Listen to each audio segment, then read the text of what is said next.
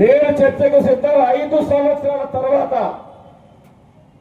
మాచర్ల నియోజకవర్గంలో అభివృద్ధి, నీ 4 సార్లు ఎమ్మెల్యే కూడా దాంట్లో పావలా కూడా ఉండదని చెప్పేసి ఈ సందర్భంగా చెప్తాను. రఫా అంటే బలహీన వర్గాల ఆస్తుల్ని దోచుకోవటం, రౌడీలను పెట్టుకుని రౌడీజం చేయటం, తోలు తీస్తాం కూడా ఈ రౌడీజం చేస్తే అని చెప్పి సందర్భంగా చెప్తా ఉన్నా. వాస్తవాలని అబద్ధాలని పదే చెప్పి ప్రజలు మతిమరుపు ఎక్కువ, మనం ఏం చెప్పితే నమ్ముతామని చెప్పేసి భావన ఉండొచ్చు. కానీ అది ఒకరోజు.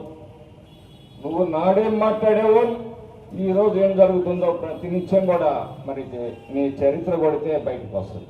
వరిగబ్బడిసల ప్రాజెక్టు లేకపోతే, ప్రతి ఎకరాకి నీరు పారించకపోతే రాజకీయ సన్యాసం చేస్తానన్న సన్నాసి ఎవడో తెలియట్లేదా?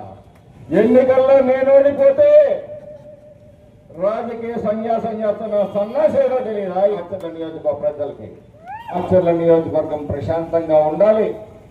ఈ ప్రశాంతతకి భంగం కలిగించే ఏ అరాచక శక్తిని కూడా సహించేది లేదు.